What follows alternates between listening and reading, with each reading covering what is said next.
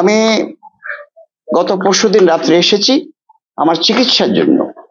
এই চিকিৎসার জন্য আমি এখানে চিকিৎসা করাই, অনেক সময় আমি এইমসে চিকিৎসা করাই। আমি দিল্লিতে চিকিৎসা করেছি, আমার এটাতে ভেঙে গেছিল। ভাঙার পরে আমি আসছি, টাইম টু টাইম ডাক্তারকে দেখাই। এটা আমার এখন এখন বলা হচ্ছে আমি নাকি এখানে কলকাতা আসছি ষড়যন্ত্র করতে। বুঝতে পেরেছেন? It is bad. এটা বলেছে, পেপারও বলেছে, একটা পেপার বাংলাদেশে, হ্যাঁ একটা পেপারও বলেছে আজকে নাকি নিউজ বেরিয়েছে যে উনি ষড়যন্ত্র করতে গেছে ওখানে। আসলে আমার ট্রিটমেন্টের জন্য আমি আসছি। আর আপনারা যারা আসছেন তারা খবর পেয়ে আসছেন যে আমি যেখানে কলকাতাতে আসছি, আপনারা খবর পেয়ে আসছেন। এটা তো অন্যায় কিছু না। আপনারা যে আসতে দেখতে আসছেন, I am very much happy যে আপনারা আমাকে ভালোবাসেন, এই জন্য দেখতে আসছেন। আমার একটা আন্তরিকতা আছে সবার জন্য। হিন্দু নয় শুধু, আমি তো মানুষের জন্য কাজ করি, আমি মানবাধিকার কর্মী।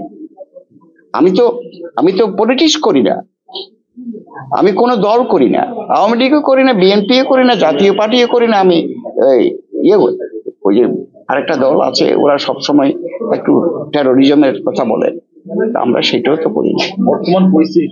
বর্তমান পরিস্থিতি is going to be worse because Chinmoy প্রভুর মতো লোককে লিগেল অ্যাসিস্ট্যান্স দেওয়ার জন্য বাধা দেওয়া হচ্ছে। তো কি করে আপনি বুঝবেন? আমি একজন senior lawyer of the supreme court, আমাকে বলছে কোর্টে আসলে বিপদ হবে। তো কেন আমাকে পুলিশ দিয়ে ঘেরাও করে নিতে হবে? আমাকে পুলিশ দিয়ে কেন স্কট করে নিতে হবে? আমি তো লয়ার। আমি তো পুলিশ যখন দিচ্ছে আমাকে, তখন তো আমি বুঝেছি যে নিশ্চয়ই একটা বিপদ আছে, নিশ্চয়ই পুলিশ খবর পেয়েছে এরকম আহত করবে, নাহলে পুলিশ আসবে কেন? তো পুলিশ আমাকে যথেষ্ট হেল্প করেছে বিদায় আমি বেঁচে গেছি। হ্যাঁ, পিছনে প্রথম একটা ধাক্কা দিয়েছিল, আমি তো বলেছি এটা একটা ফিজিক্যাল অ্যাসল্ট না। আমাকে জাস্ট টু থ্রেটেন মি, আমাকে থ্রেট করার জন্য বলেছে যে ওনাকে একটা কিছু দিলেই উনি ভয়ে পালিয়ে যাবে।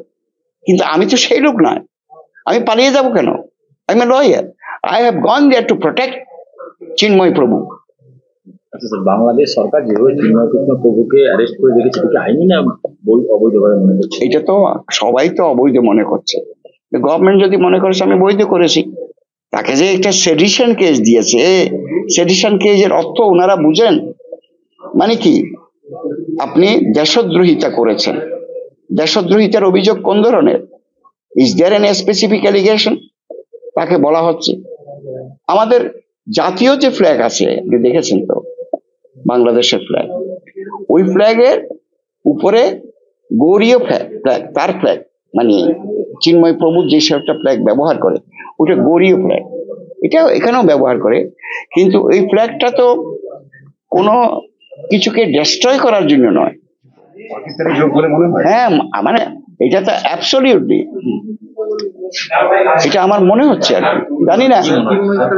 তবে দেশটাকে ডিস্টেবিলাইজ করার জন্য এই ধরনের প্রক্রিয়া করেছে।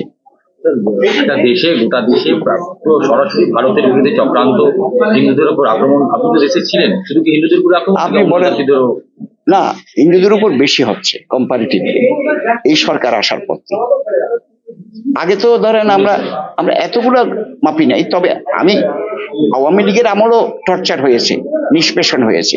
আওয়ামী লীগের আমলও তো আমাকে মারধর করা হয়েছে, তখন তো আমরা এত প্রভাব হয় নাই। ভারত বিরোধী মন্তব্য, হিন্দুদের উপর আক্রমণ, কি মনে হয় আমার কথাটি শুনেন, যখন আমি ওনাদের ওই যে পিছনে আমাকে প্রোটেকশন দিয়ে নিয়ে আসছিল পুলিশ, তখন ভারতের দালালারা হুঁশিয়ার, ইসকনের দালালারা হুঁশিয়ার। তার মানে আমাকে মেইন করছে, আমি তো পলিটিক্যাল পার্টি করি না, আমি নাকি দালাল হয়ে গেছি, আমার কোনো পলিটিক্যাল আইডেন্টিটি নাই। তাহলে ওনারা এই কথা বলে কি করে? এটা তো পুলিশ কিছু বললো না। পুলিশ বললো যে না দাদা চলেন, এটা কিছু না। পুলিশ তো ওই দিন ইন্টারভেন করা উচিত ছিল। বর্তমান পরিস্থিতিতে ভারত সরকার কি করা উচিত বলে আপনার মনে করেন? আমি মনে করি মানবাধিকারের লক্ষ্যে, আমি পলিটিক্যাল আঙ্গিকে কথাটা বলবো না, মানবাধিকারের জন্য এই ভারত সরকার এগিয়ে আসা দরকার। কিভাবে এগুলো এটা আমি জানি না, মানবাধিকার রক্ষা সুরক্ষার জন্য। পরবর্তী ডেটে কি আপনি যাবেন বাংলাদেশে? নিশ্চয়ই যাব। আমি তো I have decided to go there on that day on 2nd of January 2025. সুবিচার পাবেন বলে আশা আছে?